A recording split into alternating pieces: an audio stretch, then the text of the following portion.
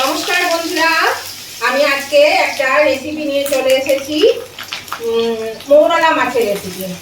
তো মৌরলা মাছটার জন্য আমার এখানে দেখো, প্রথমে আমি দিয়ে দিলাম আলুটাকে এভাবে কেটেছি। আর এখানে 7-8টা কাঁঠাল দানা বীজ আমি সেদ্ধ করে নিয়েছিলাম, দিয়ে 4 টুকরো করে সিদ্ধ করে নিয়ে এটা আমি ভেজে নেব। আজকে আমি মৌরলা মাছের চচ্চড়ি করে দেখাবো বন্ধুরা। আপনারা মৌরলা মাছের চচ্চড়ি করে খান, তো আমি আজকে কিভাবে মৌরলা মাছের চচ্চড়ি করবো সেটাই আমি আপনাদেরকে দেখাচ্ছি। তো প্রথমে কিন্তু আমি এই আলু আর কাঁঠাল বীজটা ভেজে নেব। বেশ একটু ভালো করে ভেজে নেব। ভেজে নিয়ে তারপরে আমি রান্নাটা শুরু করব। আমি সুমনা চলে এসেছি আমার রেসিপি ঝুলি থেকে একটা রেসিপি নিয়ে।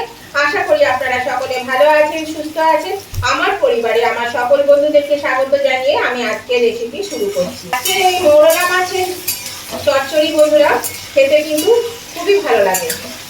গরম গরম ভাতের সঙ্গে দুর্দান্ত লাগে খেতে। আপনারাও বানিয়ে থাকেন মৌরলা মাছের চচ্চড়ি। তো আমি আজকে যেভাবে বানাবো সেটাই আমি আজকে শেয়ার করবো আপনাদের সঙ্গে।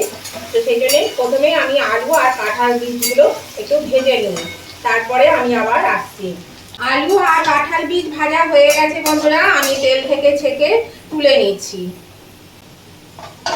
আমি কিন্তু এর মধ্যে কোনো নুন বা হলুদ কিছু দিইনি, কিন্তু তেলের কালারটার জন্য দেখুন এটা কেমন হলুদ হলুদ হয়ে গেছে।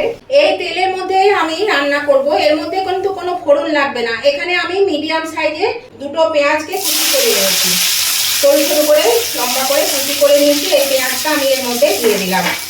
এবার পেঁয়াজটা একটু ভেজে নেব।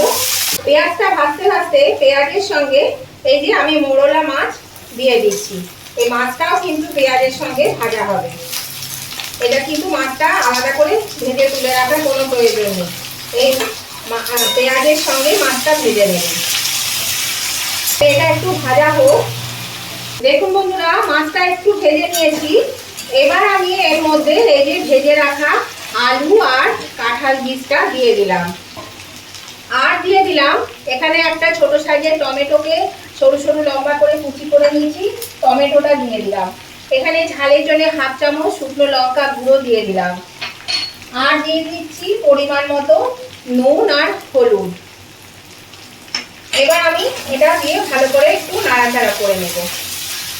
নতুন বন্ধু যারা আমার চ্যানেলে প্রথম এসেছেন, এখনো আমার চ্যানেলটা সাবস্ক্রাইব করেননি, তাদের কাছে আমার অনুরোধ অবশ্যই আমার চ্যানেলটা সাবস্ক্রাইব করে আমার পাশে থাকবেন।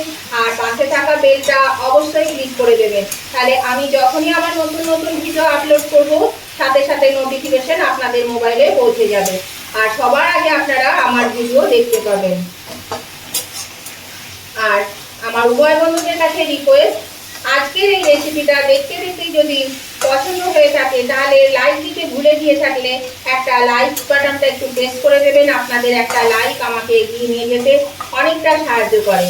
আর আজকের রেসিপিটা আপনাদের কেমন লাগলো বন্ধুরা সেটা জানাতে কমেন্ট করতে ভুলবেন না। অবশ্যই কমেন্ট করে জানিয়ে দেবেন। আপনাদের মিষ্টি মিষ্টি কমেন্টগুলো পড়তেও যেমন ভালো লাগে, একটা কমেন্ট আমাকে পরবর্তী রেসিপি বানাতে অনেকটাই উৎসাহিত করে। আর যদি ভালো লেগে থাকে আজকের রেসিপিটা, তাহলে অবশ্যই কিন্তু আপনাদের বন্ধু বান্ধব আত্মীয় স্বজন সকলেই যাতে পেয়ে যায় তার জন্য প্রচুর পরিমাণে একটু শেয়ার করে দেবেন। আপনাদের বন্ধু বান্ধবের কাছে প্রচুর পরিমাণে একটু শেয়ার করে দেবেন। এই দেখো বন্ধুরা, আমি এটা জল দিয়ে দিলাম। এবার এটা কিন্তু একটু সেদ্ধ হতে দেব। এই 3-4 মিনিট মতো এটা হবে।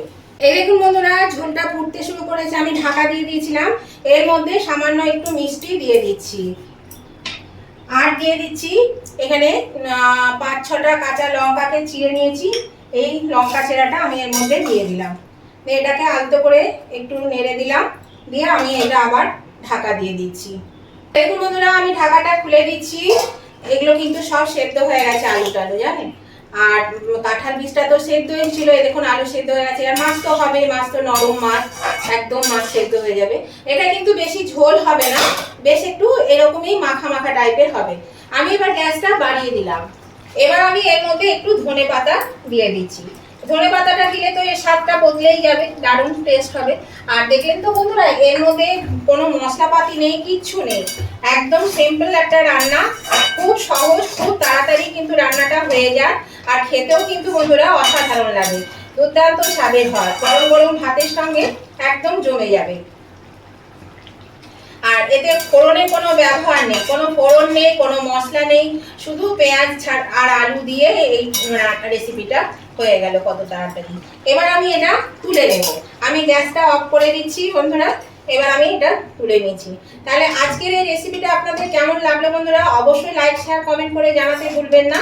আপনাদের লাইক শেয়ার কমেন্ট কিন্তু আমাদের খুবই জরুরি। আর পাশে থাকা হাই বাটনটা একটু প্রেস করে দেবেন, তাহলে আপনাদের মতন আরো অনেকেই কিন্তু এটা পেয়ে যাবেন। তাহলে বন্ধুরা আজকের মতন ভিডিওটা আমি এখানেই শেষ করছি। আবার আমি নতুন ধরনের নতুন কোনো ভিডিও নিয়ে চলে আসব। ততদিন আপনারা ভালো থাকবেন, সুস্থ থাকবেন। Tata, bye bye.